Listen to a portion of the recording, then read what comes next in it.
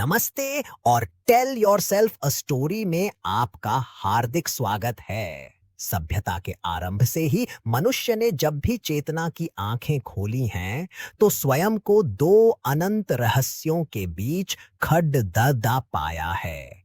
एक रहस्य बाहर की ओर फैला है, यह अनंत आकाश, ये अरबों नक्षत्र, यह ब्रह्मांड जिसका कोई और छोर नहीं मिलता। और दूसरा रहस्य हमारे भीतर है, यह चेतना, यह मैं होने का भाव, यह विचार और भावना का गहरा सागर जिसकी थाह पाना भी उतना ही कठिन है। इन दोनों रहस्यों के बीच मनुष्य का जीवन एक छोटी सी यात्रा है, और इस यात्रा का सबसे बड़ा भय, सबसे बड़ा प्रश्न चिन्ह एक शब्द पर आकर टिक जाता है, मृत्यु। मृत्यु क्या है? क्या यह चेतना का पूर्ण अंत है, या यह केवल एक पडिड्डाव है, एक द्वार है जो किसी और लोक में खुलता है? क्या इस शरीर के नष्ट हो जाने के बाद भी कुछ शेष रहता है? इतिहास में हर संस्कृति ने, हर धर्म ने इस प्रश्न का उत्तर देने की कोशिश की है। किसी ने परलोक की कल्पना की, किसी ने पुनर्जन्म के सिद्धांत गढ़े, किंतु भारत के प्राचीन ऋषियों ने एक अनूठा मार्ग चुना। उन्होंने कहा कि इस परम सत्य को कल्पना से नहीं बल्कि अनुभव से जानना होगा। उन्होंने बाहर के जगत से अपनी दृष्टि को समेटकर भीतर की गहराइयों में उतरने का साहस किया, यह जानने के लिए कि वह कौन है जो जन्म लेता है और वह क्या है जो मृत्यु के बाद भी शेष रह सकता है। ज्ञान की इसी खोज का चरमोत्कर्ष हमें उपनिषदों में मिलता है, जो वेदांत अर्थात वेदों का अंतिम सार कहलाते हैं। ये उपनिषद कोई साधारण ग्रंथ नहीं बल्कि गुरु और शिष्य के बीच हुए वे रहस्यमयी संवाद हैं, जिनमें ब्रह्म विद्या अर्थात उस परम सत्य का ज्ञान उजागर किया गया है। और इन्हीं उपनिषदों में एक कथा ऐसी है जो सीधे मृत्यु के हृदय में उतर जाती है। एक ऐसी गाथा जो अपना मंच किसी आश्रम या गुरुकुल में नहीं बल्कि स्वयं यमराज के दरबार में स्थापित करती है। यह है कथा उपनिषद, एक अमर संवाद, एक अविस्मरणीय यात्रा। आज हम उसी यात्रा पर निकल रहे हैं। यह यात्रा एक कहानी से शुरू होती है। कल्पना कीजिए उस युग की जब बड़े यज्ञ ही पुण्य कमाने का सबसे बड़ा साधन माने जाते थे। वाजश्रवा नाम के एक ऋषि जो स्वर्ग के अक्षय सुखों की कामना करते थे, विश्वजित नामक एक महायज्ञ का अनुष्ठान कर रहे थे। इस यज्ञ का संकल्प था अपना सर्वस्व दान कर देना। यज्ञ की अग्नि प्रज्वलित थी, मंत्रों का उद्घोष हो रहा था और वाजश्रवा अपनी सारी संपत्ति ब्राह्मणों को अर्पित कर रहे थे। लेकिन उस दान में एक त्रुटि थी, एक ऐसा दोष जो यज्ञ के पुण्य को नष्ट कर सकता था। दक्षिणा में जो गायें दी जा रही थीं, वे बूढ़ी, दुर्बल और अनुपयोगी थीं। वे अपना जल पी चुकी थीं, अपना चारा चर चुकी थीं, उनका दूध दुहा जा चुका था और अब वे संतान उत्पन्न करने में भी असमर्थ थीं। ऐसा दान देने वाला स्वर्ग को नहीं बल्कि आनंद रहित लोकों को प्राप्त होता है। और इस दोष को देख रहा था एक किशोर, वाजश्रवा का पुत्र नचिकेता। वह कोई साधारण बालक नहीं था। उस दिन उस यज्ञशाला में उसके निर्मल हृदय में श्रद्धा का आवेश हुआ। यह केवल आस्था नहीं थी, यह सत्य और धर्म के प्रति एक ऐसी निष्ठा थी जिसने उसे अपने पिता के आध्यात्मिक कल्याण के लिए चिंतित कर दिया। उसने देखा कि उसका पिता मोह और कामना के वशीभूत होकर एक ऐसा कर्म कर रहा है जो उसे पतन की ओर ले जाएगा। एक सच्चे पुत्र के धर्म से प्रेरित होकर उसने निश्चय किया कि वह इस यज्ञ की त्रुटि को दूर करेगा, भले ही उसे स्वयं को ही दांव पर क्यों न लगाना पड़ी दे। वह अपने पिता के पास गया और एक ऐसा प्रश्न पूछा जो इस पूरी कथा की दिशा बदलने वाला था। यह ऑडियो बुक उसी प्रश्न से आरंभ हुई यात्रा का संपूर्ण वृत्तांत है। अगले 90 मिनटों में हम नचिकेता के साथ यमलोक चलेंगे। हम देखेंगे कि कैसे वह बालक अपनी दृढ़ता से मृत्यु के देवता का भी हृदय जीत लेता है। हम सुनेंगे यमराज के मुख से निकले उन प्रलोभनों को जो किसी भी मनुष्य के विवेक को डिगा सकते हैं, और देखेंगे नचिकेता के उस अद्भुत वैराग्य को जो उन सबको एक तृण के समान ठुकरा देता है। और अंत में हम उस परम ज्ञान को सुनेंगे जो यमराज ने एक योग्य शिष्य पाकर उसे प्रदान किया। आत्मा का रहस्य, श्रेय और प्रेय का मार्ग, शरीर रूपी रथ का गूढ़ रहस्य और उस परम पद का ज्ञान जिसे जानकर मनुष्य मृत्यु के भय से सदा सदा के लिए मुक्त हो जाता है। तो अपने मन को बाहरी दुनिया से समेट लीजिए, अपनी चेतना को अंतर्मुखी कीजिए, अपने ईयरफोन लगाइए और एक शांत स्थान पर बैठकर हमारे साथ इस आध्यात्मिक यात्रा में पूरी तरह डूब जाइए। आइए सुनते हैं कथा उपनिषद का संपूर्ण सार, जहां मृत्यु स्वयं जीवन का अमृत गीत गाती है। भाग 8, कथा उपनिषद। एक अमर संवाद। प्राचीन भारत की पुण्य भूमि, जहां की वायु में वेद मंत्र गूंजते थे और जहां के वनों में ऋषियों के आश्रम ज्ञान के प्रकाश स्तंभ थे, वहीं एक ऐसी कथा का जन्म हुआ जो मृत्यु के रहस्य पर से पर्दा उठाने का साहस करती है।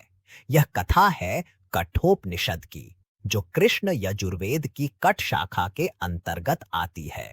यह केवल एक कहानी नहीं, अपितु एक गहन आध्यात्मिक संवाद है।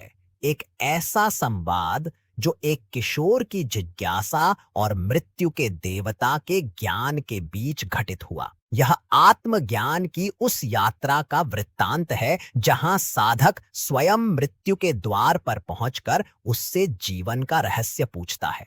इस संवाद की गहराई को समझने के लिए आदि शंकराचार्य ने इस पर जो भाष्य लिखा, वह इसके दार्शनिक पक्ष को और भी स्पष्ट कर देता है।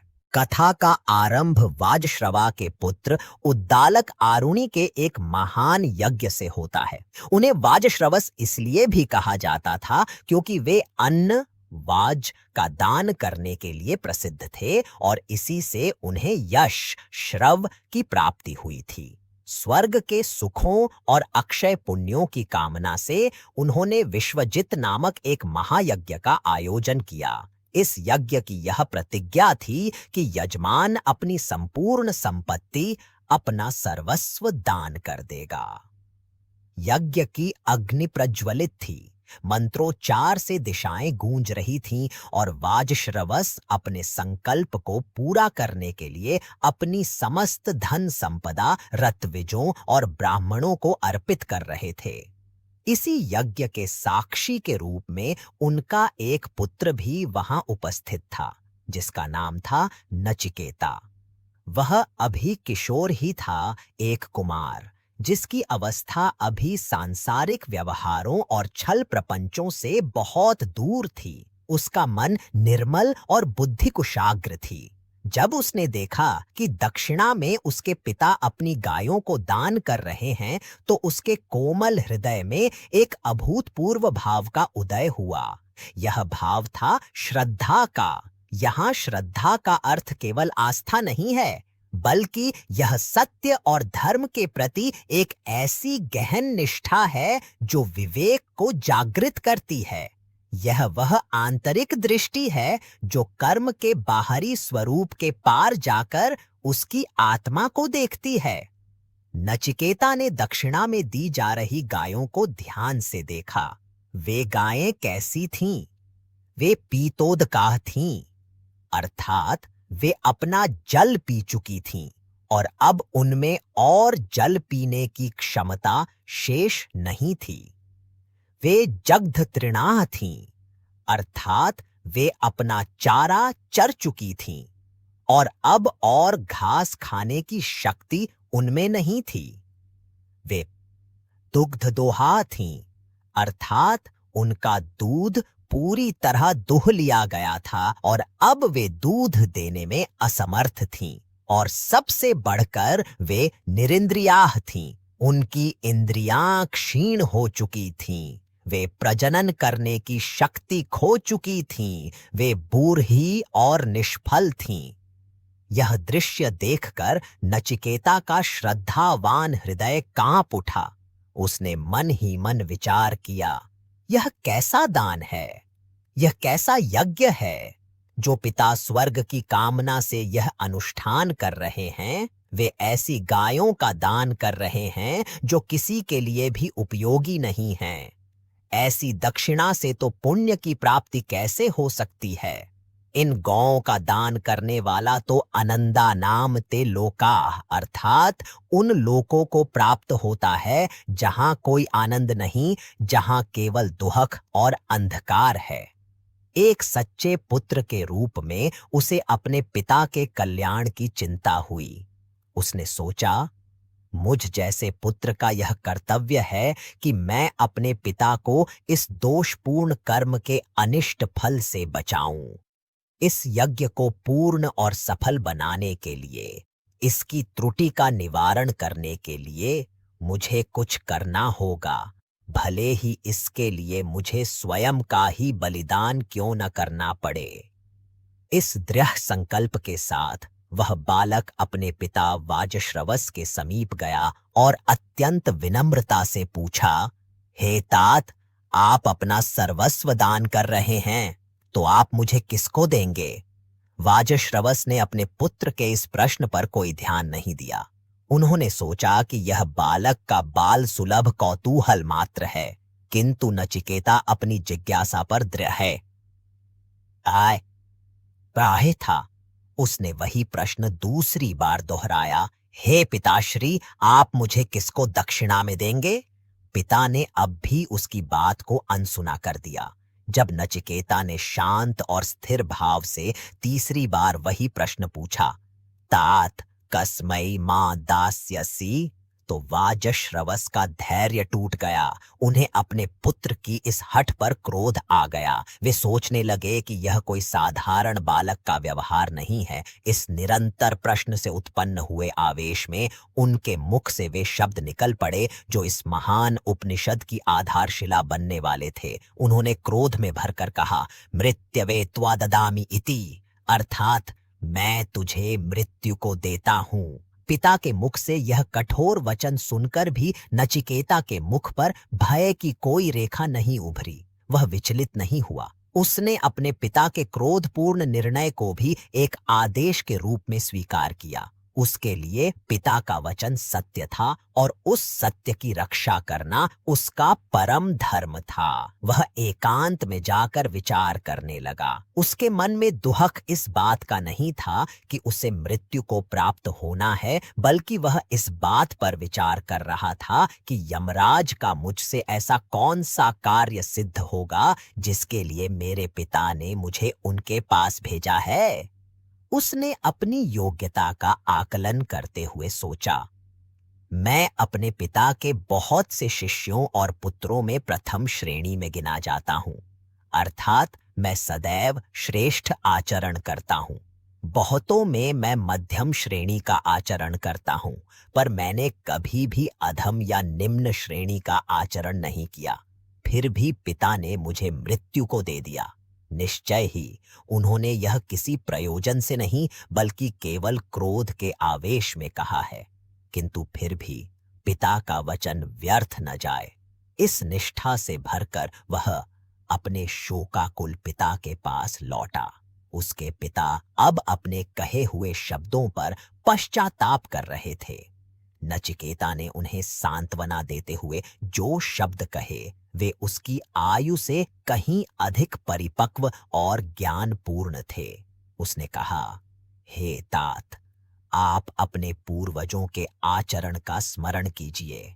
देखिए कि हमारे पितृ पितामह किस प्रकार व्यवहार करते आए हैं, और यह भी देखिए कि वर्तमान काल के साधु पुरुष किस प्रकार आचरण करते हैं।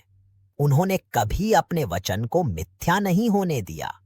मनुष्य का जीवन तो खेत में उगी फसल के समान है। सस्यमिव मर्त्यः पच्यते सस्यमिवा जायते पुनः। जैसे फसल पकती है, कट जाती है और फिर से उत्पन्न होती है, वैसे ही मनुष्य भी जन्म लेता है, वृद्ध होता है, मर जाता है और फिर से जन्म लेता है। इस अनित्य संसार में अपने वचन को असत्य करके क्या लाभ? अतः आप अपने सत्य का पालन कीजिए और मुझे यमराज के पास जाने की आज्ञा दीजिए। पुत्र के ऐसे ज्ञान और दृढ़ता को देखकर वाजश्रवस निरुत्तर हो गए। उन्होंने भारी मन से अपने वचन की सत्यता की रक्षा के लिए नचिकेता को यमलोक जाने की अनुमति दे दी। नचिकेता मृत्यु के देवता वैवस्वत यम के भवन में पहुंचा, किंतु उस समय यमराज अपने धाम में उपस्थित नहीं थे, वे कहीं बाहर गए हुए थे। नचिकेता ने एक अतिथि के रूप में उनके द्वार पर 3 रात्रियों तक प्रतीक्षा की। उसने अन्न जल का त्याग कर पूर्ण निष्ठा से यह तप किया। जब 3 दिनों के पश्चात यमराज लौटे तो उनके मंत्रियों और पत्नी ने उन्हें सूचित किया। उन्होंने यमराज को सावधान करते हुए कहा, हे वैवस्वत, एक ब्राह्मण अतिथि साक्षात वैश्वानर अग्नि के समान होता है, जो अतिथि के रूप में घर में प्रवेश करता है। यदि उसका सत्कार न किया जाए तो वह गृहस्थ के घर को उसी प्रकार जला देता है जैसे अग्नि। साधु पुरुष पाद्य, अर्घ्य और आसन देकर उस अग्नि को शांत करते हैं। आपने एक ब्राह्मण अतिथि को 3 रात्रियों तक बिना भोजन पानी के अपने द्वार पर प्रतीक्षा करवाई है। यह महान दोष है। जिस मंद बुद्धि पुरुष के घर में ब्राह्मण अतिथि बिना भोजन किए रहता है, उसकी सभी आशाएं, प्रतीक्षाएं, सत्संगति के फल, प्रियवाणी के पुण्य, यज्ञ, इष्ट और परोपकार पूर्त के कर्मों के फल तथा उसके पुत्र और पशु सब कुछ नष्ट हो जाते हैं। अतः शीघ्र जाकर उस अतिथि का सत्कार कीजिए और उसके लिए जल ले जाइए। यह सुनकर यमराज तुरंत नचिकेता के पास पहुंचे।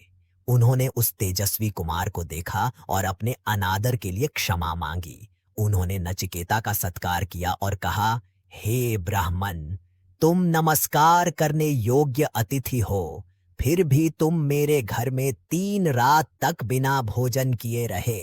इस दोष के प्रायश्चित्त के रूप में और प्रत्येक रात्रि के लिए एक एक करके मैं तुम्हें 3 वरदान देता हूँ।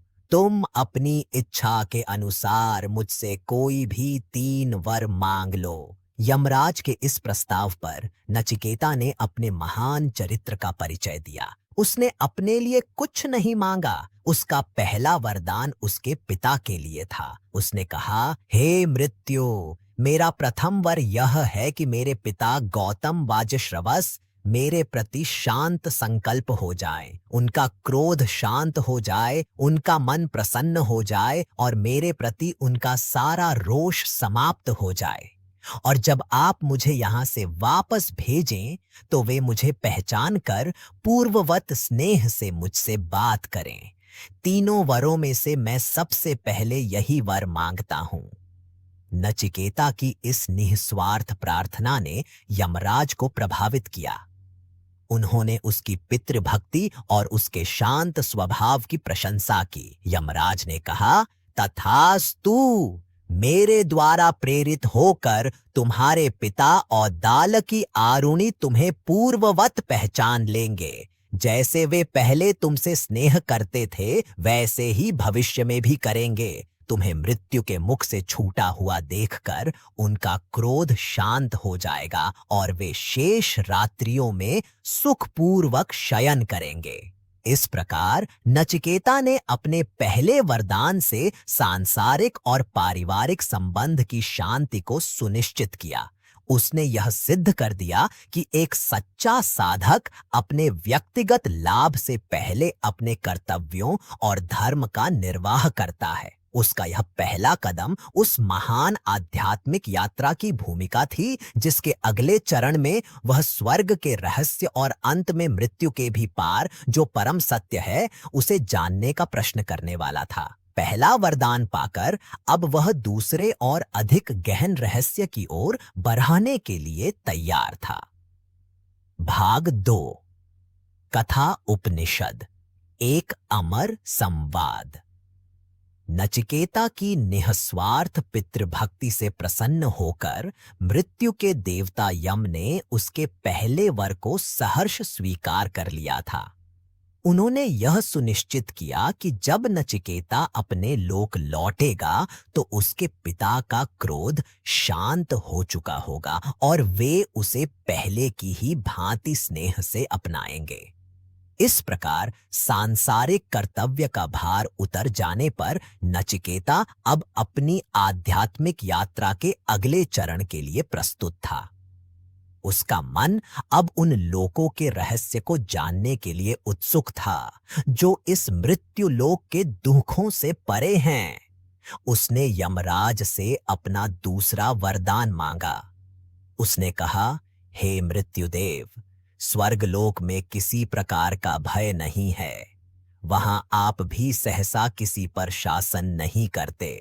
वहां न कोई वृद्धावस्था से डरता है, न ही किसी को भूख प्यास का कष्ट सताता है। स्वर्गलोक में सभी शोक से पार होकर केवल आनंद का अनुभव करते हैं। आप उस स्वर्गलोक की प्राप्ति के साधनभूत अग्नि विज्ञान को जानते हैं। मैं श्रद्धालु हूं और उस ज्ञान को आपसे प्राप्त करना चाहता हूं। जिस अग्नि विद्या के अनुष्ठान से यजमान अमृतत्व अर्थात देवत्व को प्राप्त करते हैं, वही ज्ञान आप मुझे प्रदान कीजिए। मेरे दूसरे वर के रूप में मैं यही मांगता हूं। नचिकेता का प्रश्न सुनकर यमराज और भी प्रसन्न हुए। यह बालक केवल पारिवारिक शांति ही नहीं अपितु कर्मकांड के गूढ़ रहस्यों को भी जानने की इच्छा रखता था। यमराज ने कहा, हे नचिकेता, मैं उस स्वर्गप्रद अग्नि के रहस्य को भली भांति जानता हूँ। मैं तुम्हें उसका उपदेश करता हूँ। तुम एकाग्रचित्त होकर मुझसे उसे समझो। यह अग्नि विद्या अनंत लोक की प्राप्ति कराने वाली है। यह जगत का आधार है और यह विद्वानों की बुद्धि रूपी गुहा में स्थित है। इसके पश्चात यमराज ने उस नाचिकेत अग्नि के चयन की संपूर्ण विधि का वर्णन किया। उन्होंने बताया कि उस यज्ञ वेदी के निर्माण के लिए कैसी और कितनी ईंटों का प्रयोग होता है और किस प्रकार उस अग्नि का चयन स्थापना किया जाता है।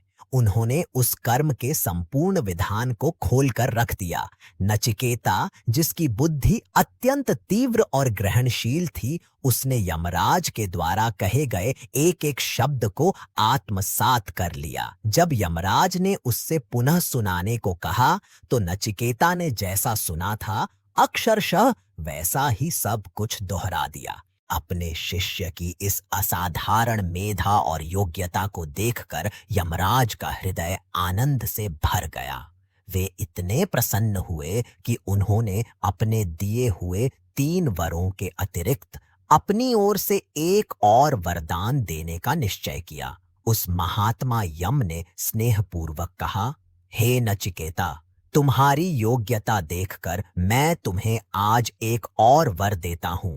आज से यह अग्नि विद्या तुम्हारे ही नाम से, नाचिकेत अग्नि के नाम से प्रसिद्ध होगी और तुम इस अनेक रूपा रत्नमयी माला को भी ग्रहण करो। इसके साथ ही उन्होंने उसे कर्म विज्ञान की वह अनिंदित गति प्रदान की जो अनेक फलों को देने वाली थी। यमराज ने उस नाचिकेत अग्नि के फल का वर्णन करते हुए कहा, जो मनुष्य इस नाचिकेत अग्नि का 3 बार चयन करता है, जो माता, पिता और आचार्य, इन तीनों से ज्ञान प्राप्त कर संधि स्थापित करता है, और जो यज्ञ, अध्ययन और दान इन तीन कर्मों को करता है वह जन्म और मृत्यु को पार कर जाता है। वह ब्रह्म से उत्पन्न ज्ञानवान और स्तुत्य देव हिरण्यगर्भ को जानकर और उसका अनुभव कर इस अत्यंत शांति को प्राप्त होता है। इस प्रकार दूसरे वरदान के माध्यम से नचिकेता ने कर्मकांड की उस पराकाष्ठा को प्राप्त कर लिया जो मनुष्य को अभ्युदय और स्वर्ग के सुख प्रदान कर सकती थी। यमराज ने अपने वचन का उपसंहार करते हुए कहा, हे नचिकेता, तुमने दूसरे वर से जिस स्वर्ग की साधनभूत अग्नि को मांगा था वह मैंने तुम्हें दे दिया है। लोग इस अग्नि को तुम्हारे ही नाम से जानेंगे। अब तुम अपना तीसरा वर मांगो, क्योंकि उसे दिए बिना मैं तुमसे ऊरण नहीं हो सकता।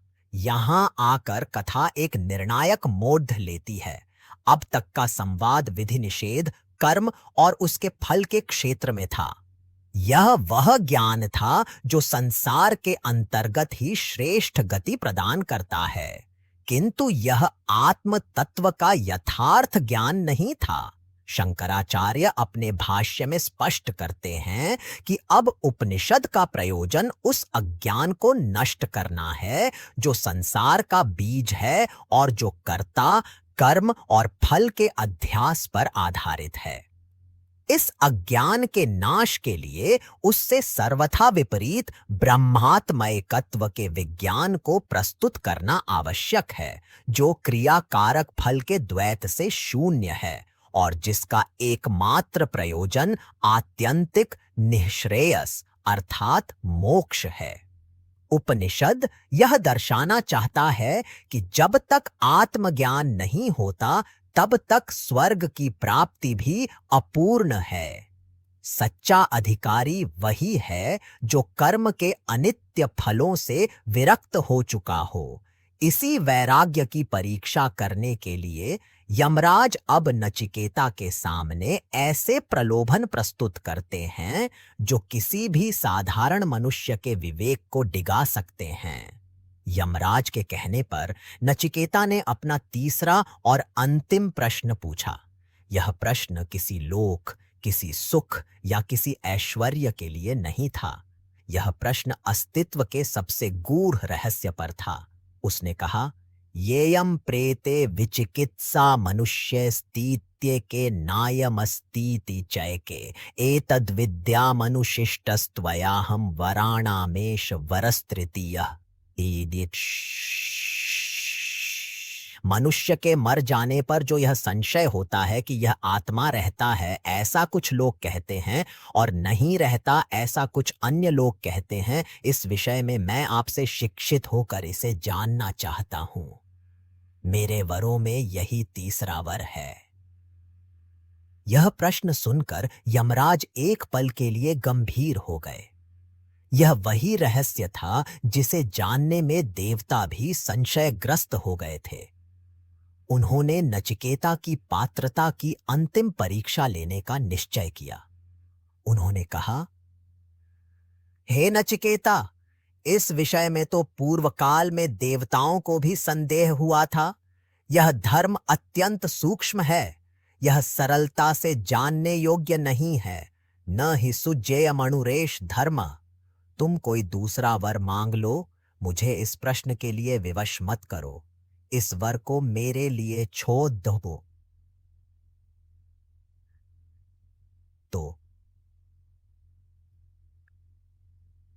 किंतु नचिकेता अपनी जिज्ञासा पर अटल था। उसने कहा, हे मृत्यु, यदि इस विषय में देवताओं को भी संदेह हुआ था और आप भी इसे सुगमता से जानने योग्य नहीं बताते, तो इससे यह मेरे लिए और भी अधिक जानने योग्य हो जाता है, क्योंकि इस धर्म का उपदेश करने वाला आपके समान कोई दूसरा वक्ता नहीं मिल सकता और न ही इस वर के समान कोई दूसरा वर है। नचिकेता की इस दृढ़ता को देखकर यमराज ने उसे सांसारिक भोगों का लालच देना आरंभ किया। उन्होंने प्रलोभनों का एक ऐसा जाल बिछाया जो इंद्रजाल से कम न था। उन्होंने कहा, हे नचिकेता, तुम 100 वर्ष की आयु वाले पुत्र और पौत्र मांग लो, बहुत से पशु, हाथी, घोड़े और स्वर्ण की राशि मांग लो, इस पृथ्वी का विशाल साम्राज्य मांग लो और स्वयं भी जब तक इच्छा हो जीवित रहो। यदि तुम इसके समान कोई और वर समझते हो तो उसे भी मांग लो, धन और चिरस्थायी जीविका। मैं तुम्हें कामनाओं का इच्छानुसार भोक्ता बना देता हूं। यमराज यहीं नहीं रुके।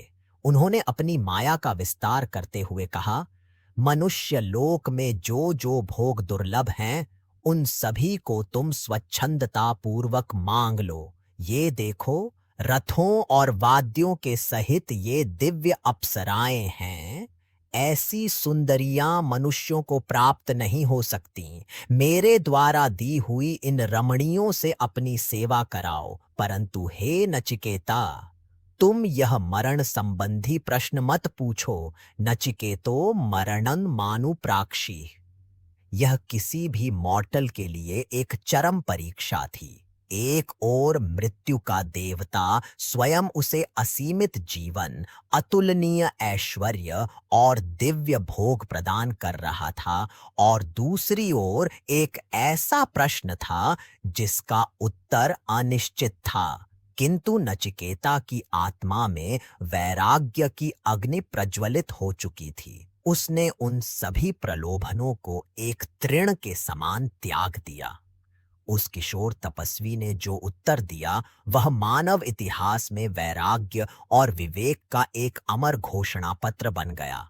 उसने कहा, हे अंतक, आपके द्वारा बताए गए ये सभी भोग शोभावाह हैं, अर्थात कल रहेंगे या नहीं इसका भी कोई निश्चय नहीं है। ये तो मनुष्य की संपूर्ण इंद्रियों के तेज को ही जीर्ण शीर्ण कर देते हैं, और यह संपूर्ण जीवन चाहे कितना भी लंबा क्यों न हो, है तो अल्प ही, अपि सर्वम जीवितमल्पमेव। आपके ये वाहन, यह नृत्य और यह गान, यह सब आप अपने ही पास रखिए। तवैव वाहास्तव नृत्य गीते। उसने आगे कहा, मनुष्य को कभी भी धन से तृप्त नहीं किया जा सकता। न वित्तेन तर्पणियो मनुष्यो। जब हमने आपको देख लिया है तो धन तो हम पा ही लेंगे, और जब तक आप शासन करेंगे तब तक हम जीवित भी रहेंगे। किंतु हमारा वर्णीय वर तो वही है। भला कौन ऐसा विवेकी मनुष्य होगा जो अजर अमर देवों के समीप पहुंचकर इस पृथ्वी पर स्थित होकर इन अनित्य वर्ण रति और प्रमोद के भोगों को देखते हुए अति दीर्घ जीवन में रमण करना चाहेगा? अंत में उसने अपनी बात को दृढ़ता से समाप्त करते हुए कहा, अतः इन सब प्रलोभनों को छोड़कर मैंने जो आपसे प्रार्थना की है वही मुझे बताइए। जिस महान पारलौकिक तत्व के विषय में यह गहरा संशय है उसी का रहस्य खोलिए। यह जो गूढ़ता में प्रविष्ट हुआ वर है, इससे अन्य कोई भी वर नचिकेता नहीं मांगता। नान्यम तस्मान नचिकेता वृणीते। नचिकेता की इस अडिग निष्ठा, उसके गहन वैराग्य और सत्य के प्रति उसकी अनन्य प्यास ने यमराज को पूर्णतः संतुष्ट कर दिया। शिष्य अब परीक्षा में उत्तीर्ण हो चुका था। उसने सिद्ध कर दिया था कि वह उस परम गुह्य ज्ञान का सच्चा अधिकारी है। अब प्रलोभन का आवरण हट चुका था और गुरु शिष्य के बीच उस अमर संवाद का मंच तैयार था, जहां मृत्यु स्वयं जीवन के सबसे बड़े रहस्य, आत्मा के रहस्य को उजागर करने वाली थी। भाग 3, कथा उपनिषद, एक अमर संवाद। जब यमराज ने देखा कि नचिकेता किसी भी सांसारिक या स्वर्गीय प्रलोभन से विचलित नहीं हुआ, तो उनका हृदय एक योग्य शिष्य को पाकर संतुष्ट हो गया। उन्होंने समझ लिया कि यह किशोर कोई साधारण बालक नहीं, बल्कि ब्रह्म विद्या का सच्चा अधिकारी है, जिसकी आत्मा सत्य को जानने के लिए व्याकुल है। अब मृत्यु के देवता एक गुरु की भूमिका में आए और उन्होंने उस परम रहस्य का अनावरण करना आरंभ किया जिसके लिए नचिकेता ने स्वयं मृत्यु के द्वार तक की यात्रा की थी। यमराज ने अपनी देशना का आरंभ इस ज्ञान की दुर्लभता को समझाते हुए किया। उन्होंने कहा, हे नचिकेता, जिस आत्मा के विषय में तुमने पूछा है वह अत्यंत गूढ़ है, उसका ज्ञान इतना सहज नहीं है। संसार में ऐसे बहुत से लोग हैं जिन्हें इस आत्म तत्व के विषय में सुनने का अवसर भी नहीं मिलता। श्रवणायापि बहुभिर्यो न लभ्यः। और जिन भाग्यशालियों को इसके विषय में सुनने को मिलता भी है, उनमें से भी बहुत से लोग इसे समझ नहीं पाते क्योंकि उनका चित्त अशुद्ध और असंस्कृत होता है। शृण्वन्तोऽपि बहवो यं न विद्युः। उन्होंने आगे कहा, इस तत्व का उपदेश करने वाला वक्ता भी कोई आश्चर्य स्वरूप ही होता है। आश्चर्यो वक्ता, लाखों में कोई एक होता है जो इस ज्ञान को यथार्थ रूप में कह पाता है। इसे सुनकर प्राप्त करने वाला शिष्य भी कोई कुशल और निपुण ही होता है। कुशलोस्य लब्धा। और ऐसे कुशल आचार्य द्वारा उपदेश दिए जाने पर जो इस रहस्य को जान लेता है, वह ज्ञाता तो और भी आश्चर्यमय है। आश्चर्यो ज्ञाता कुशलानुशिष्टा। बातिया तसूदेति। यमराज ने स्पष्ट किया कि यह ज्ञान केवल तर्क या बौद्धिक विमर्श का विषय नहीं है। उन्होंने नचिकेता को सावधान किया, हे प्रियतम, यह आत्मबुद्धि जिसे तुम प्राप्त करना चाहते हो केवल तर्क के द्वारा प्राप्त नहीं की जा सकती। नैषा तर्केण मतिरापनेया।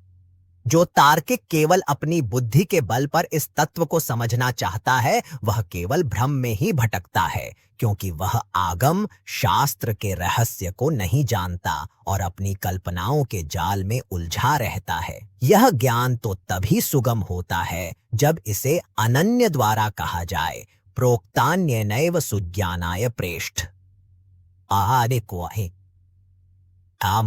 अनन्य का अर्थ समझाते हुए शंकराचार्य अपने भाष्य में कहते हैं कि यह वह आचार्य है जो स्वयं प्रतिपाद्य ब्रह्म से भिन्न नहीं है, अर्थात जो आत्म साक्षात्कारी है, जिसने अपनी एकता ब्रह्म के साथ अनुभव कर ली है। जब ऐसा ब्रह्मज्ञानी गुरु उपदेश करता है, तभी शिष्य के मन में कोई गति, कोई संशय शेष नहीं रहता। अनन्य प्रोक्ते गतिरत्र नास्ति। शिष्य को भी यह बोध हो जाता है कि वह ब्रह्म मैं ही हूं। यमराज ने नचिकेता की प्रशंसा करते हुए कहा, आहा, तुम वास्तव में सत्य धृति वाले हो। सत्य धृतिर बतासी, तुम्हारी निष्ठा सत्य पर दृढ़ है। हे नचिकेता, हमें तुम्हारे जैसा ही प्रश्न करने वाला शिष्य मिले। इस भूमिका के पश्चात यमराज ने आत्मा के वास्तविक स्वरूप का वर्णन करना आरंभ किया।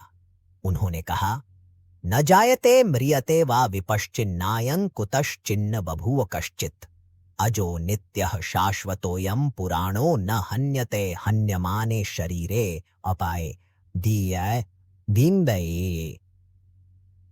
यह विपश्चित मेधावी ज्ञान स्वरूप आत्मा न तो कभी जन्म लेता है और न ही कभी मरता है। यह न तो किसी कारण से उत्पन्न हुआ है और न ही इससे कोई दूसरी वस्तु बनी है। यह अज है अर्थात अजन्मा है। यह नित्य है अर्थात इसका अस्तित्व सदा से है। यह शाश्वत है अर्थात इसमें किसी प्रकार का अपक्षय या क्षरण नहीं होता। और यह पुराण है अर्थात यह प्राचीन होकर भी सदा नवीन रहता है, क्योंकि इसका अवयवों से निर्माण नहीं हुआ है जो समय के साथ पुराने पीढ़ी दिखा जाए। क्योंकि यह ऐसा है, इसलिए शरीर के शस्त्र आदि से मारे जाने पर भी इसका हनन नहीं होता। न हन्यते हन्यमाने शरीरे। यह आकाश के समान अविकारी और असंग रहता है। भाई है, यमराज ने आगे स्पष्ट किया, यदि कोई मारने वाला यह समझता है कि मैं आत्मा को मार रहा हूं और कोई मरने वाला यह समझता है कि मैं मारा जा रहा हूं, तो वे दोनों ही सत्य को नहीं जानते। उभौ तो न विजानीतः, क्योंकि यह आत्मा वास्तव में न तो किसी को मारता है और न ही किसी के द्वारा मारा जाता है। नायन हंति न हन्यते। बानेयस्याये के आए, यह हनन की क्रिया और उसका परिणाम तो देह और मन के स्तर पर होता है, जो प्रकृति के नियम के अधीन है। आत्मा इन सब से परे एक अक्रिय साक्षी मात्र है। किंतु यह आत्मा है कैसा, उसे कैसे जाना जाए? यमराज ने इसके अति सूक्ष्म और विराट स्वरूप का वर्णन किया। अणोरणीयान महतो महीयानात्मास्य जंतोर्निहितो गुहायाम। यह आत्मा अणु से भी अणु सूक्ष्म है और महान से भी महान विराट है। यह ब्रह्मा से लेकर एक तृण तक प्रत्येक जीव की हृदय रूपी गुहा में निहित है, छिपा हुआ है। वह इतना सूक्ष्म है कि साधारण इंद्रियां उसे पकड़ीडी दे नहीं सकती, और इतना विराट है कि संपूर्ण ब्रह्मांड उसी में समाया हुआ है। तो फिर इसे कौन देख पाता है? यमराज कहते हैं, तम क्रतुः पश्यति वीत शोको धातु प्रसादान महिमान मात्मनः। अक्रतुः अर्थात वह व्यक्ति जो कामना रहित हो चुका है, जिसके मन में दृष्ट और अदृष्ट, लौकिक और पारलौकिक विषयों की कोई कामना शेष नहीं है, वही इसे देख पाता है। जब कामनाएं शांत होती हैं, तब मन और इंद्रियां, जिन्हें शरीर को धारण करने के कारण धातु कहा गया है, निर्मल और प्रसन्न हो जाती हैं। इसी धातु प्रसाद अर्थात इंद्रियों और मन की स्वच्छता और शांति से वह साधक आत्मा की उस महिमा को देखता है और वीत शोक अर्थात समस्त शोकों से परे हो जाता है। आत्मा का स्वरूप विरोधाभासों से भरा है, जो साधारण तर्क की पकड़ीडी आठ से बाहर है। यमराज उसके इस विलक्षण स्वभाव को प्रकट करते हुए कहते हैं, आसीनो दूरन व्रजति शयानो याति सर्वतः। वह एक ही स्थान पर बैठा हुआ दूर तक चला जाता है। वह शयन करता हुआ, निष्क्रिय होता हुआ भी सब ओर पहुंच जाता है। शंकराचार्य भाष्य में इस विरोधाभास को उपाधि के माध्यम से समझाते हैं। आत्मा स्वयं अचल है, किंतु मन और इंद्रियों की उपाधि के कारण वह चलता हुआ प्रतीत होता है। जब मन दूर के विषय का चिंतन करता है, तो आत्मा भी मानो दूर चला जाता है। स्वप्न में जब शरीर सोया होता है, तब भी आत्मा स्वप्न लोक में सर्वत्र विचरण करता है। वह अमदामद है, हर्ष और अहर्ष दोनों गुणों से युक्त प्रतीत होता है, किंतु वास्तव में वह इन दोनों से परे है। यमराज कहते हैं, ऐसे देव को मेरे सिवा और कौन जान सकता है? कस्तम मदाम दम देवम मदन्यो जातुमर्हति। अर्थात इसे जानने के लिए अत्यंत सूक्ष्म और निर्मल बुद्धि की आवश्यकता है। इस ज्ञान की प्राप्ति का मार्ग क्या है? क्या यह केवल अध्ययन या बौद्धिक परिश्रम से संभव है? यहाँ यमराज उस परम रहस्य को उजागर करते हैं जो साधक के लिए सबसे महत्वपूर्ण है। नयमात्मा प्रवचनेन लभ्यो न मेधया न बहुना श्रुतेन यमेवैष वृणुते तेन लभ्यस्तस्यैष आत्मा विवृणुते तनु स्वाम। आओ से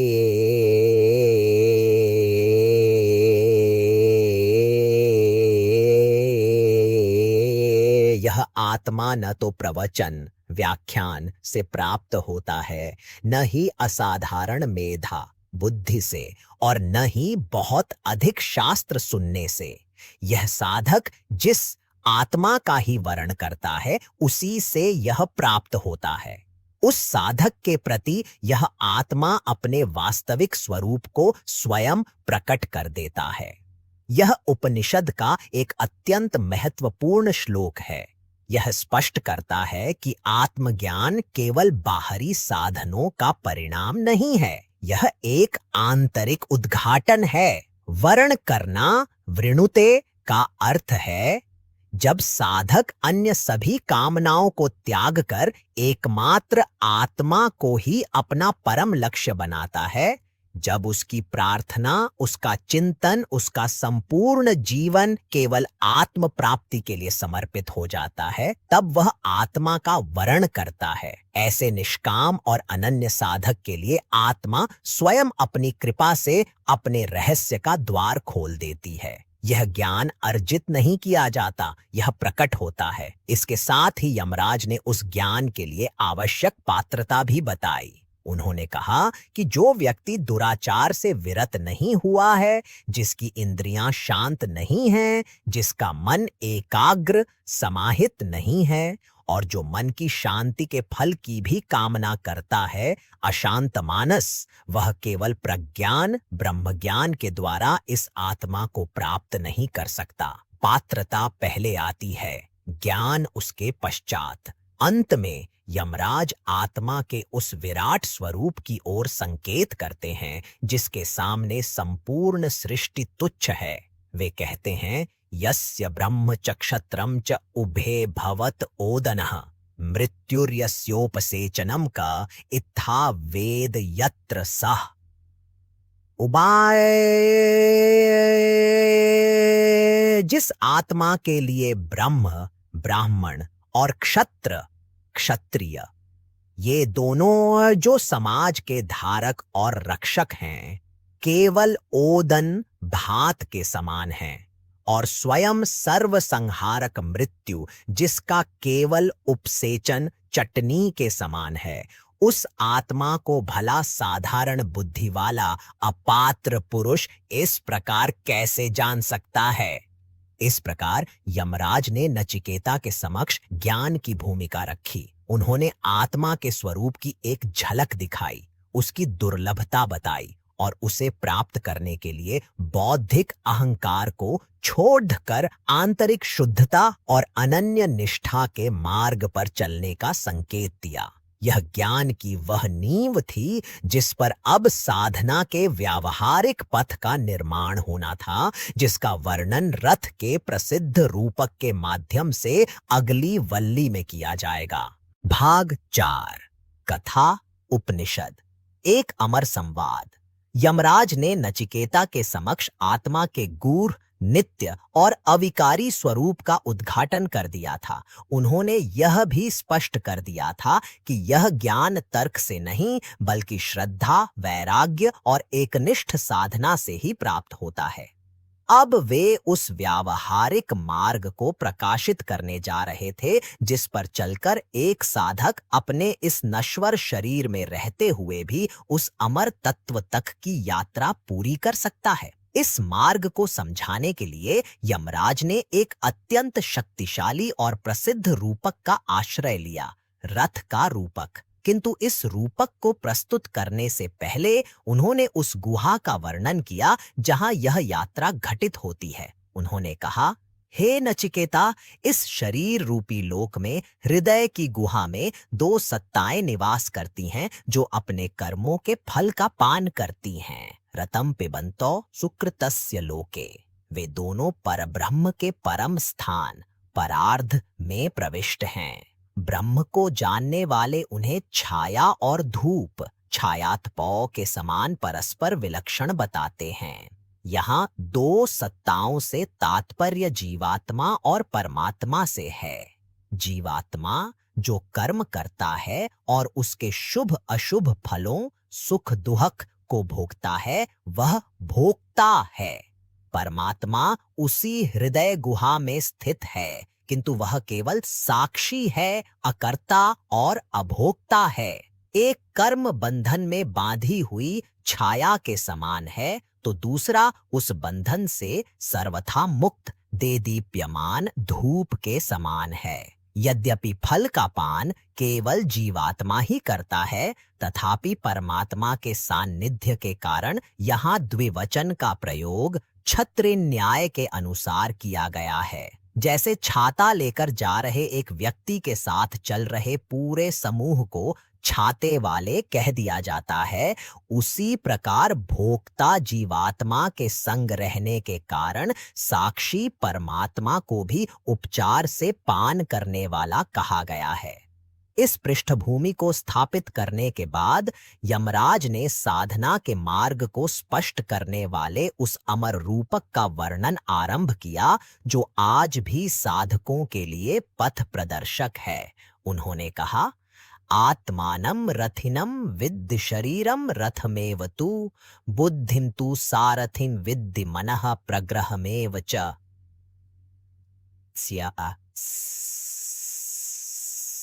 हे नचिकेता, तुम इस जीवात्मा को रथ का स्वामी, रथी जानो, जो इस संसार यात्रा पर निकला है।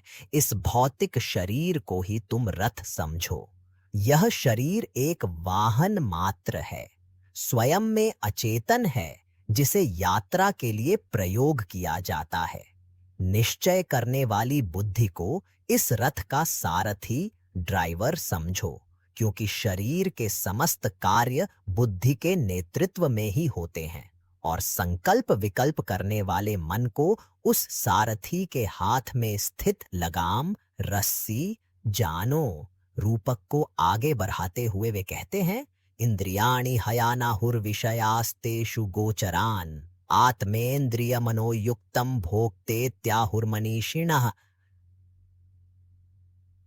आदि मनीषी पुरुष चक्षु आदि इंद्रियों को इस रथ के घोड़े बताते हैं, क्योंकि शरीर रूपी रथ को ये ही खींचकर विषयों की ओर ले जाती है। उन घोड़ों के दौड़ने के लिए जो मार्ग हैं, वे ही रूप, रस, गंध आदि विषय हैं। और जब आत्मा शरीर, इंद्रियों और मन के साथ संयुक्त हो जाता है, तब विवेकी पुरुष उसे भोक्ता कहते हैं।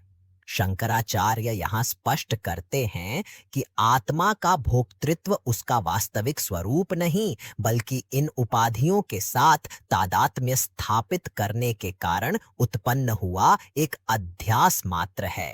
इस रूपक के माध्यम से यमराज ने संसार बंधन और मोक्ष दोनों के मार्ग को अत्यंत स्पष्ट कर दिया। यात्रा एक ही है, रथ और घोड़े भी वही हैं, किंतु सारथी और लगाम की स्थिति पर ही सब कुछ निर्भर करता है। बंधन का मार्ग यमराज वर्णन करते हैं, जो सारथी बुद्धि अविज्ञानवान होता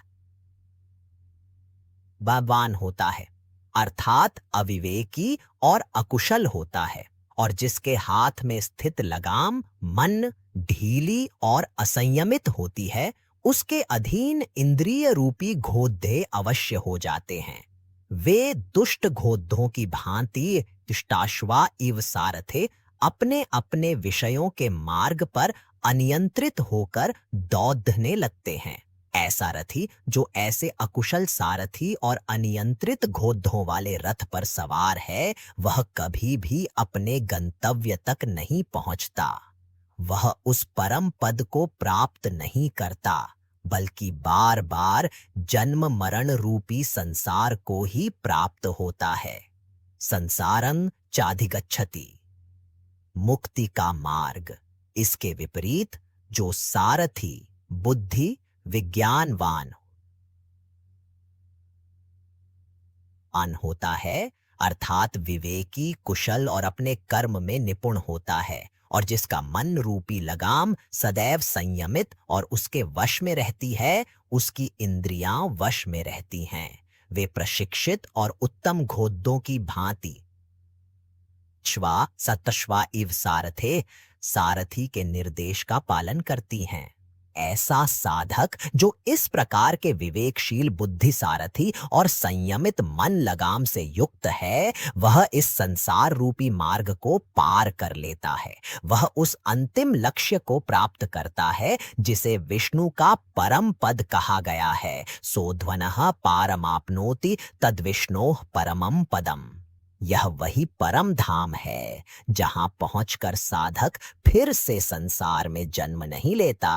यस्माद् भूयो न जायते। यह परम पद है क्या? इसकी प्रकृति कैसी है? इसे जानने के लिए यमराज साधक को स्थूल से सूक्ष्म की ओर एक आंतरिक यात्रा पर ले जाते हैं।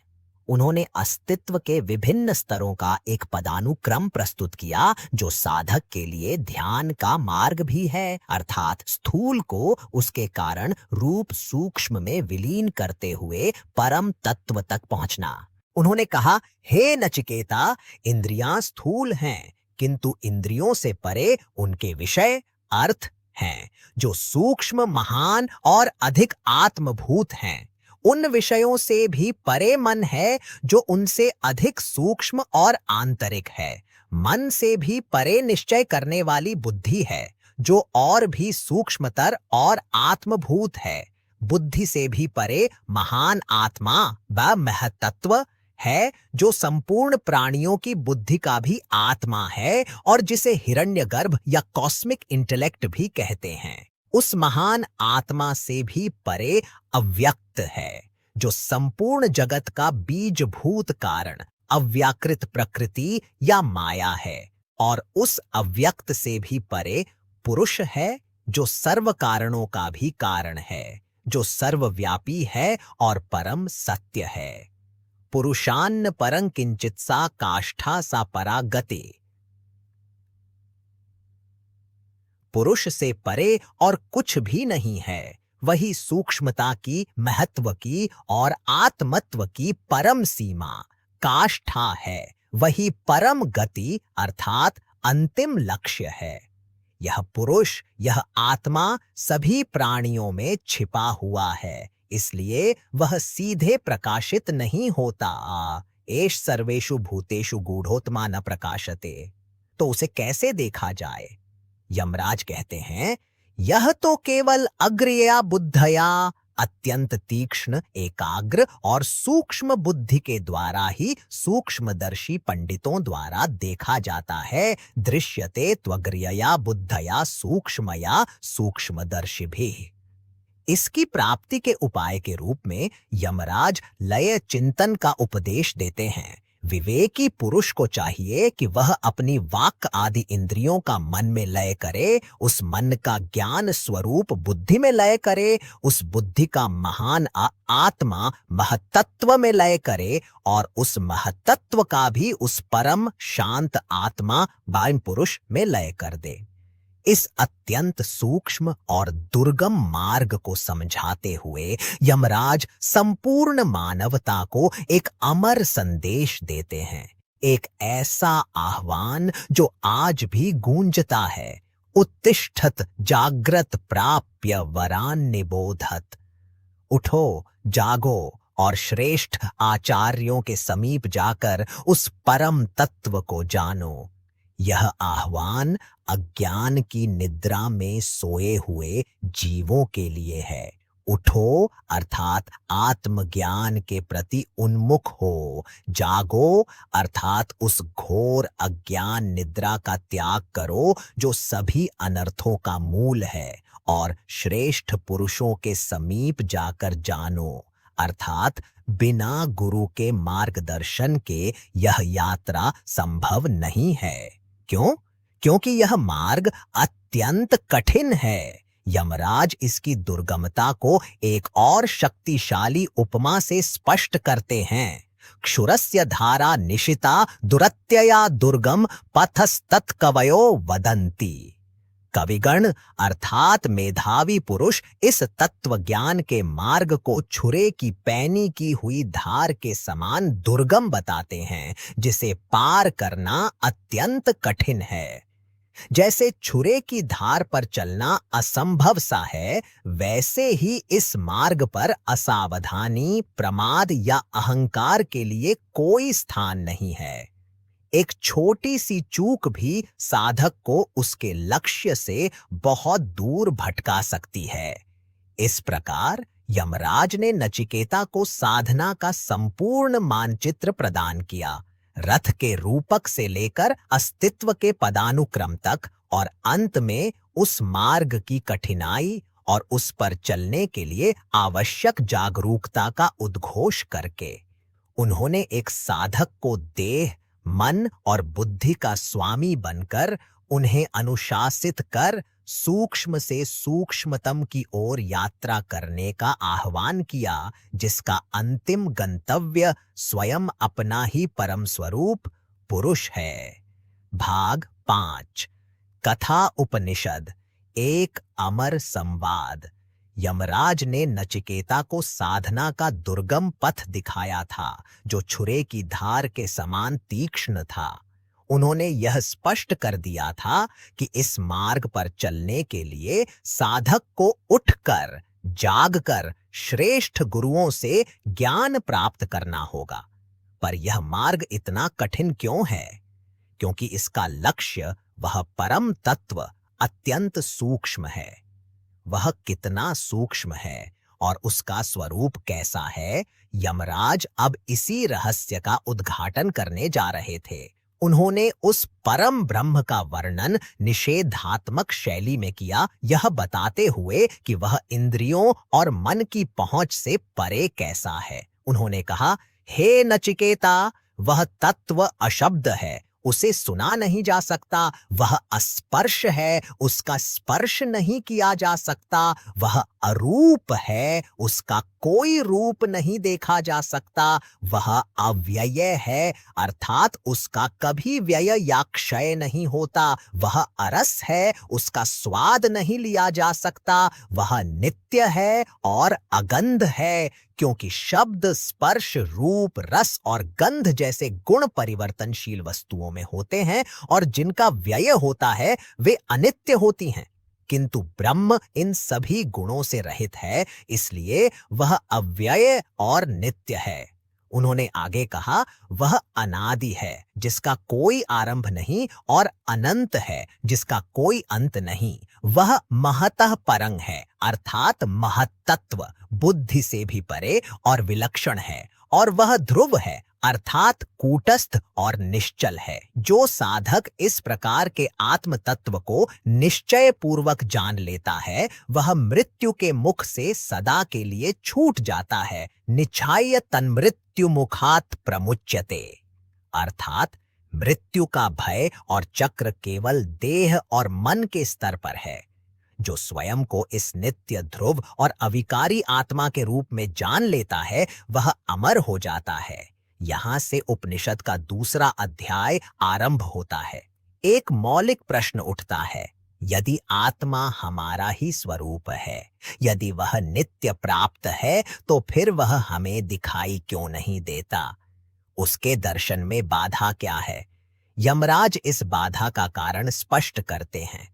परांचिखाने व्यतृणत स्वयंभूस्तस्मात् परांग पश्यति नान्तरात्मन। उस स्वयंभू परमेश्वर ने इंद्रियों, खाने अर्थात छिद्रों को बहिर्मुखी, परांची करके मानो हिंसित कर दिया है। उन्हें बाहर की ओर जाने के लिए ही बनाया है। इसी कारण सामान्य जीव बाहर की वस्तुओं को ही देखता है, अपने भीतर स्थित अंतरात्मा को नहीं। यह हमारी सहज स्वाभाविक प्रवृत्ति है। हमारी चेतना का प्रवाह इंद्रियों के माध्यम से निरंतर बाहर की ओर बहता रहता है। यही सबसे बड़ी बाधा है, यही अविद्या है। तो इस बाधा को कौन पार करता है? यमराज कहते हैं, कश्चित् धीरः प्रत्यगात्मानमैक्षदा वृत्त चक्षुर्मृतत्वमिच्छन्। कोई विरला धीर पुरुष ही, जो अमृतत्व की इच्छा करता है, अपनी चक्षु आदि इंद्रियों को बाहर के विषयों से लौटाकर उन्हें अंतर्मुखी करके अपने भीतर स्थित प्रत्यगात्मा का दर्शन करता है। यहां तक आवृत्त चक्षु होने का अर्थ केवल आंखें बंद करना नहीं, बल्कि चेतना के प्रवाह को संसार से समेटकर आत्मा की ओर मोड़ देना है। यह एक महान साधना है जिसके लिए साहस और विवेक की आवश्यकता होती है। अब यमराज उस आत्मा के स्वरूप का और अधिक विस्तार करते हैं जो उस अंतर्मुखी साधक को अनुभव होता है। वह आत्मा कोई दूरस्थ सत्ता नहीं, बल्कि स्वयं ज्ञान का प्रकाश है जो हर अनुभव के पीछे विद्यमान है। जिस आत्मा के द्वारा मनुष्य रूप, रस, गंध, शब्द, स्पर्श और मैथुन जन्य सुखों को जानता है, उस आत्मा से अविज्ञेय इस लोक में और क्या रह जाता है? वह सर्वज्ञ है। हे नचिकेता, तुमने जो पूछा था वह तत्व निश्चय यही है, एतद्वै तत्। यह आत्मा ही वह साक्षी चैतन्य है जिसके प्रकाश में जागृत और स्वप्न दोनों अवस्थाओं के अनुभव होते हैं। स्वप्नांतम जागृतांतम चोभौ ये नानुपश्यति, महांतम विभुमात्मानं मत्वा धीरो न शोचति। वाय सा बात कही। जिस महान और सर्वव्यापी आत्मा के द्वारा मनुष्य स्वप्न और जागृत दोनों के विषयों को देखता है, उसे यह मैं ही हूं ऐसा जानकर बुद्धिमान पुरुष शोक नहीं करता, क्योंकि शोक के सभी कारण हानि, भय, अपूर्णता, द्वैत में होते हैं। जब साधक स्वयं को उस एक अखंड सर्वव्यापी साक्षी के रूप में जान लेता है, तो शोक का कोई स्थान ही नहीं रहता। इसी साक्षी आत्मा को जीवात्मा या मध्वद कर्मफल रूपी मधु का भोक्ता के रूप में भी जाना जाता है, किंतु उसका यथार्थ स्वरूप भूत और भविष्यत का शासक है। य इमं मध्वदन वेद आत्मानं जीवमन्तिकात् ईशानं भूत भव्यस्य न ततो विजुगुप्सते। जो इस कर्म फल भोक्ता आत्मा को, जो कि जीव है, अत्यंत समीप से भूत और भविष्य का शासक जानता है, वह उसके बाद किसी से घृणा या भय नहीं करता। जब व्यक्ति यह जान लेता है कि उसका अपना ही आत्म तत्व काल का भी नियंता है, तो वह अभय को प्राप्त हो जाता है। इसके पश्चात यमराज उस एक ही आत्म तत्व की सर्वव्यापकता को दर्शाते हैं। वे बताते हैं कि सृष्टि के जितने भी भिन्न भिन्न रूप और देवता प्रतीत होते हैं, वे सब उसी एक ब्रह्म की अभिव्यक्तियां हैं। वह हिरण्यगर्भ ब्रह्मा जो तप से सबसे पहले उत्पन्न हुआ, वह भी यही है। वह अदिति जो प्राण रूप में प्रकट होती है और जो सभी देवताओं की माता है, वह भी यही है। वह अग्नि जो दो अरणियों के बीच में छिपा है, वह भी यही है। और जिस प्राण तत्व से सूर्य उदय होता है और जिसमें वह अस्त हो जाता है, जिसमें सभी देवता वैसे ही अर्पित हैं जैसे रथ की नाभि में अरे, उसका कोई भी उल्लंघन नहीं कर सकता। वह प्राण भी यही ब्रह्म है। इस सर्वव्यापकता को स्थापित करने के बाद यमराज उपनिषद के सबसे महत्वपूर्ण सिद्धांतों में से एक अभेद दर्शन का उद्घोष करते हैं। वे भेद दृष्टि को, जो कि अज्ञान का मूल है, उसे जददे से उखाड़ा खाने दर फेंकने का आदेश देते हैं। यदेवेह तदमुत्र यदमुत्र तदन्वेह मृत्योः स मृत्युमाप्नोति य इह नानेव पश्यति। आम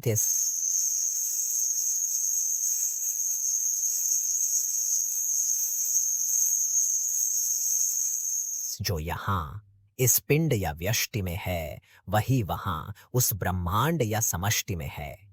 जो वहां है वही यहाँ है। जो इस एक ही तत्व में नानात्व या भेद देखता है, वह मृत्यु से मृत्यु को प्राप्त होता है, अर्थात वह बार बार जन्म और मरण के चक्र में भटकता रहता है। यह भेद दृष्टि ही संसार है। इस भेद दृष्टि का निवारण कैसे हो? मन सै वेदमाप्तव्यम नेह नानास्ति किंचन। यह परम तत्व मन के द्वारा ही प्राप्त करने योग्य है। यहाँ मन का अर्थ है आचार्य और शास्त्र के उपदेशों से शुद्ध और संस्कृत किया हुआ मन। जब मन ऐसा शुद्ध हो जाता है तो उसे यह बोध होता है कि इस ब्रह्म में अणुमात्र भी नानात्व नहीं है। उपनिषद इस चेतावनी को फिर से दोहराता है कि जो इसमें भेद देखता है वह मृत्यु के चक्र में पडीडी डहता है। इस ब्रह्मांडीय और अमूर्त ज्ञान को यमराज पुनः साधक के हृदय में ले आते हैं। वे कहते हैं कि वह विराट पुरुष अत्यंत समीप है। अंगूठे के परिमाण वाला पुरुष, अंगुष्ठमात्रः पुरुषो, शरीर के मध्य हृदय गुहा में स्थित है। वह भूत और भविष्य का शासक है। वह धूम रहित ज्योति के समान है, ज्योतिरिवाधूमकः। वह जो आज है वही कल भी रहेगा। स एवाद्य स ऊ श्वः। वह नित्य, कूटस्थ और एक रस है। अंत में यमराज भेद दृष्टि के विनाशकारी परिणाम और अभेद दृष्टि के अमृतमय फल को एक सुंदर दृष्टांत से समझाते हैं। वे कहते हैं, जिस प्रकार ऊंचे पर्वत शिखर पर बरसा हुआ जल ढलानों पर अलग अलग दिशाओं में बहकर नष्ट हो जाता है, उसी प्रकार जो मनुष्य आत्माओं को पृथक पृथक देखता है वह उन्हीं भिन्न भिन्न शरीरों के पीछे भागता रहता है और संसार में भटकता है। किंतु जो ज्ञानी है उसका क्या होता है? यथोदकं शुद्धे शुद्धमासिक्तं तादृगेव भवति एवं मुनेर्विजानत आत्मा भवति गौतम। हे गौतम, नचिकेता, जिस प्रकार शुद्ध जल में डाला हुआ शुद्ध जल वैसा ही अर्थात एक रस हो जाता है, उसी प्रकार आत्म तत्व को जानने वाले मननशील मुनि का आत्मा भी परब्रह्म के साथ एक होकर वैसा ही हो जाता है। इस प्रकार यमराज ने अभेद ज्ञान की पराकाष्ठा का वर्णन किया। उन्होंने स्पष्ट किया कि बंधन का कारण भेद दृष्टि है और मोक्ष का स्वरूप अभेद का अनुभव है। यह यात्रा बाहर कहीं जाने की नहीं, बल्कि अपनी ही स्वाभाविक बहिर्मुखी दृष्टि को अंतर्मुखी कर अपने हृदय में स्थित उस एक अखंड सर्वव्यापी आत्म तत्व को मैं ही वह हूं इस रूप में पहचान लेने की है। भाग 6 कथा उपनिषद। एक अमर संवाद। यमराज ने नचिकेता को उस परम सत्य का बोध कराया था जहां द्वैत की समस्त रेखाएं मिट जाती हैं और जीवात्मा का ब्रह्म से अभेद हो जाता है। यह ज्ञान उस निर्मल जल के समान है जो निर्मल जल में मिलकर एक हो जाता है। अब उस परमेश्वर के स्वरूप को जो हृदय गुहा में स्थित है और अधिक स्पष्ट करते हुए तथा अंतिम मुक्ति के मार्ग का दिग्दर्शन कराते हुए यमराज ने अपनी अमृतमयी वाणी को आगे बढ़ाया। उन्होंने शरीर को एक नगर के रूप में चित्रित किया। उन्होंने कहा, पुरमेकादशद्वारं जस्या वक्रचेतसः अनुष्ठाय न शोचति विमुक्तश्च विमुच्यते। बूटे, यह शरीर अजन्मा और अवक्र चेतना वाले, सीधी सरल शुद्ध चेतना वाले आत्मा का 11 द्वारों वाला एक नगर है। जो साधक इस नगर के स्वामी अर्थात आत्मा का ध्यान करता है और स्वयं को उसी का स्वरूप जानता है, वह शोक नहीं करता और वह जो स्वरूप से तो मुक्त है ही, इस ज्ञान के द्वारा बंधन के भ्रम से सर्वथा विमुक्त हो जाता है। वे 11 द्वार हैं, 2 आंखें, 2 कान, 2 नासिका छिद्र, 1 मुख, यह 7 हुए। नाभि और गुदा, यह 9 हुए। उत्सर्जन का द्वार और 10वां ब्रह्मरंध्र जो मस्तक के शीर्ष पर स्थित है। आत्मा इस नगर का राजा है जो इन सभी द्वारों से होने वाले व्यवहार का साक्षी है, फिर भी स्वयं उनसे अलिप्त है। इस राजा को जान लेना ही शोक से मुक्ति है। यह आत्मा केवल इस शरीर रूपी नगर तक ही सीमित नहीं है, वह तो सर्वव्यापी है। उसकी सार्वभौमिकता को प्रकट करने के लिए यमराज एक अत्यंत काव्यात्मक और गहन मंत्र का उच्चारण करते हैं। हंसः शुचिशद वसुरंतरिक्षसद होता वेदिशद अतिथिर्दुरोण सत् नृषद वरसद रतसद व्योमसद अब्जा गोजा रतजा अद्रिजा रतम बृहत्।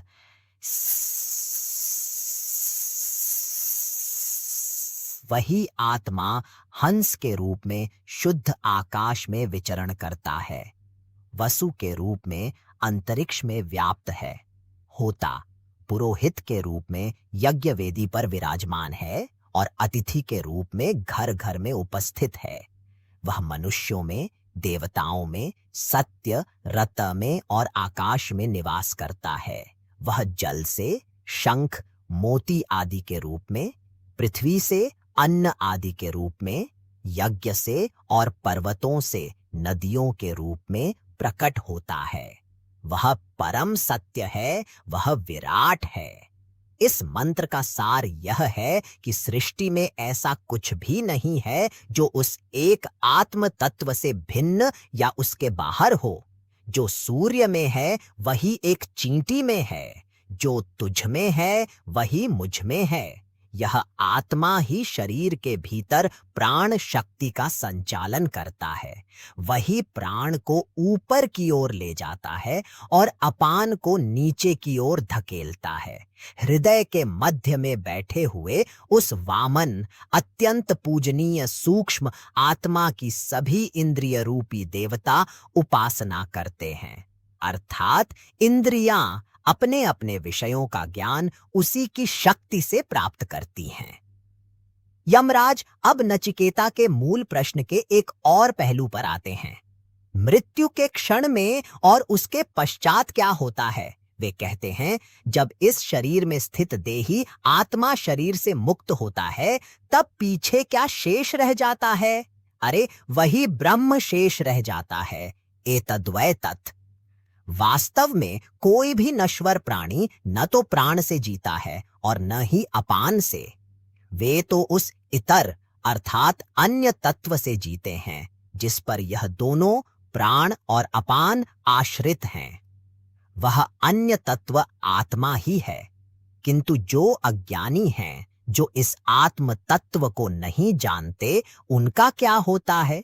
यमराज बताते हैं, अपने कर्म और अपनी विद्या श्रुति के अनुसार कुछ देही आत्मा नए शरीर को धारण करने के लिए योनि में प्रवेश करते हैं, जबकि अन्य जिनके कर्म निम्न होते हैं वे स्थाणु अर्थात स्थावर, वृक्ष आदि योनियों को प्राप्त करते हैं।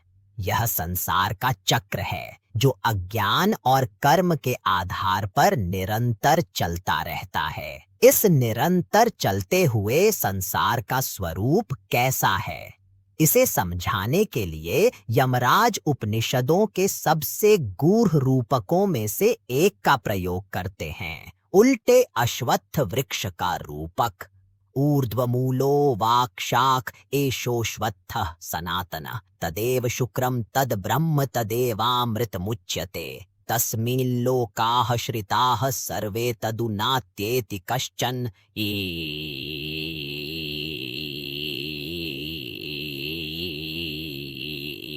यह संसार एक ऐसा सनातन अश्वत्थ पीपल वृक्ष है जिसकी जड़ें ऊपर की ओर ऊर्ध्वमूल और शाखाएं नीचे की ओर अवाक्शाख हैं। इसकी जड़ें ऊपर अर्थात कारण रूप परम ब्रह्म में हैं और इसकी शाखाएं जो कि कार्य रूप जगत है, महतत्व से लेकर पृथ्वी तक नीचे की ओर फैली हुई हैं। यह संसार वृक्ष सनातन है क्योंकि इसका प्रवाह अनादि है, किंतु इसकी जो जददाछ है वह परम तत्व, वही शुक्र अर्थात शुद्ध और प्रकाशमान है, वही ब्रह्म है और वही अमृत कहलाता है।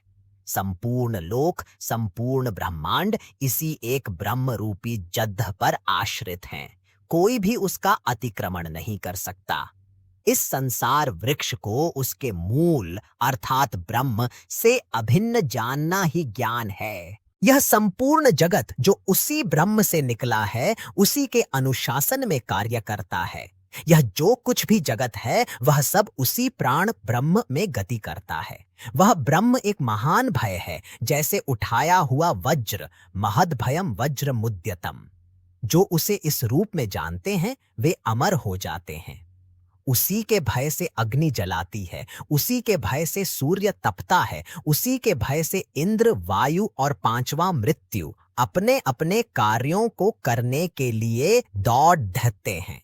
इस परम ज्ञान को प्राप्त करने का अवसर इसी मानव जीवन में है।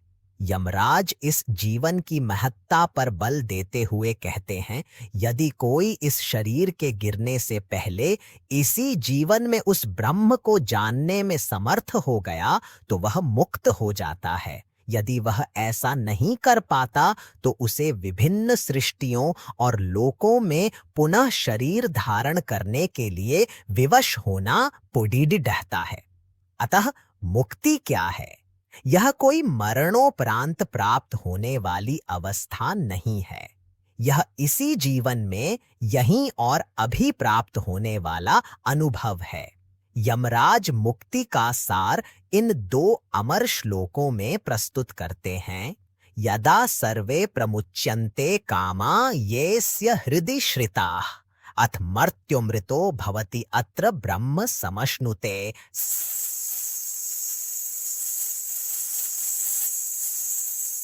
जब साधक के हृदय में स्थित संपूर्ण कामनाएं सर्वथा छूट जाती हैं, तब यह नश्वर मनुष्य अमर हो जाता है और यहीं इसी शरीर में ब्रह्म का अनुभव करता है।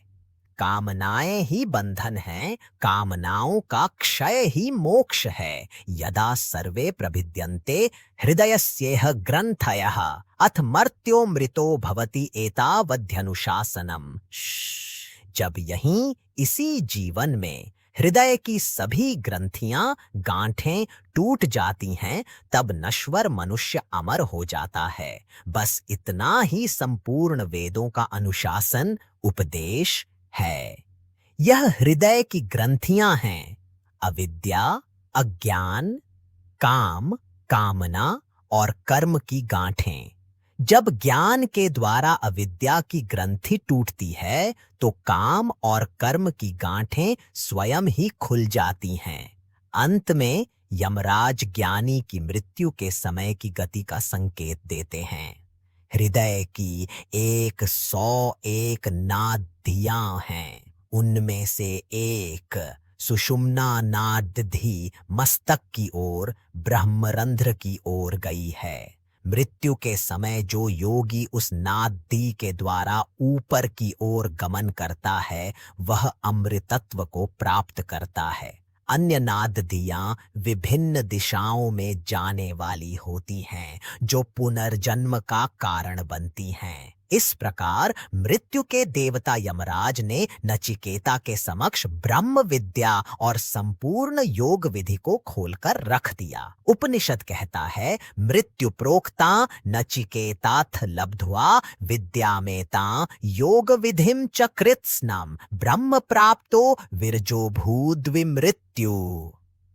मृत्यु द्वारा कही गई इस विद्या और संपूर्ण योग विधि को प्राप्त करके नचिकेता विरज, रजोगुण से कामनाओं से रहित, और विमृत्यु, मृत्यु से रहित होकर ब्रह्म को प्राप्त हो गया। और अंत में यह आश्वासन केवल नचिकेता के लिए नहीं, बल्कि संपूर्ण मानवता के लिए है। विरजोन्योप्यवंवित योध्यात्ममेव। कोई अन्य भी जो इस प्रकार इस अध्यात्म विद्या को जानता है, वह भी विरज और विमृत्यु होकर ब्रह्म को प्राप्त होता है। इस अमर ज्ञान के उपदेश के साथ ही गुरु और शिष्य दोनों शांत हो जाते हैं। उपनिषद का समापन उसी शांति पाठ से होता है जिससे उसका आरंभ हुआ था, जो गुरु और शिष्य दोनों के एक साथ संरक्षण, एक साथ ज्ञान भोग और एक साथ तेजस्वी होने की प्रार्थना है। यह इस बात का प्रतीक है कि ज्ञान की यह यात्रा एकाकी नहीं, बल्कि गुरु शिष्य परंपरा की एक संयुक्त, पवित्र और तेजस्वी यात्रा है, जो साधक को मृत्यु के भय से पार ले जाकर अमृत स्वरूप ब्रह्म में प्रतिष्ठित कर देती है। ओम सहनावतु सह नौ भुनक्तु सह वीर्यम करवावहै तेजस्विनावधीतमस्तु मा विद्विषावहै। ओम शांति शांति शांति। और इस प्रकार हम कथा उपनिषद की इस अमृतमयी यात्रा के अंत में पहुंचते हैं। हमने बालक नचिकेता के साथ यमलोक की यात्रा की, उसके प्रश्नों में अपनी जिज्ञासा को देखा और यमराज के उत्तरों में उस परम ज्ञान की एक झलक पाई जो जन्म और मृत्यु के भय से परे है। हमने सीखा कि जीवन का सबसे बड़ा उद्देश्य केवल सुख भोगना नहीं, बल्कि उस नित्य, शाश्वत और अविनाशी आत्म तत्व को जानना है जो हम स्वयं हैं। कथा उपनिषद का सार यह नहीं है कि हमें मृत्यु के बाद किसी स्वर्ग या मोक्ष को प्राप्त करना है। इसका सार यह है कि मुक्ति यहीं और अब भी संभव है। जब हृदय की कामनाओं की ग्रंथियां टूट जाती हैं, जब भेद बुद्धि मिट जाती है और जब साधक अपने ही भीतर उस धूम रहित ज्योति का साक्षात्कार कर लेता है, तब वह इसी शरीर में, इसी जीवन में अमर हो जाता है। नचिकेता की यह यात्रा आज हमारे लिए एक प्रेरणा है। यह हमें याद दिलाती है कि हम सभी के भीतर एक जिज्ञासु नचिकेता है जो सत्य को जानना चाहता है। हमें बस उसे जगाना है और सांसारिक प्रलोभनों के यम को पार कर अपने ही आत्म स्वरूप को पाने के लिए दृढ़ संकल्पित होना है। इस गहन यात्रा में 90 मिनट तक हमारा साथ देने के लिए आपका हृदय से धन्यवाद। आशा है इस संवाद ने आपके भीतर भी कुछ प्रश्नों को जगाया होगा और शांति का एक नया द्वार खोला होगा। अगर इस ऑडियो बुक ने आपके मन में कोई विचार या अनुभव जगाया है, तो कृपया अपनी भावनाएं नीचे कमेंट्स में हमारे साथ साझा करें। इस ज्ञान को और लोगों तक पहुंचाने में हमारी सहायता करने के लिए इस वीडियो को लाइक और शेयर अवश्य करें और ऐसे ही सनातन ज्ञान की गहराइयों में उतरने के लिए टेल योरसेल्फ अ स्टोरी को सब्सक्राइब करना न भूलें। हम इस यात्रा का समापन उसी शांति पाठ के साथ करेंगे जिसके साथ इस उपनिषद का आरंभ और अंत होता है। ओम सहनाववतु सह नौ भुनक्तु सह वीर्यम करवावहै तेजस्विनावधीतमस्तु मा विद्विषावहै। ओम शांति शांति शांति।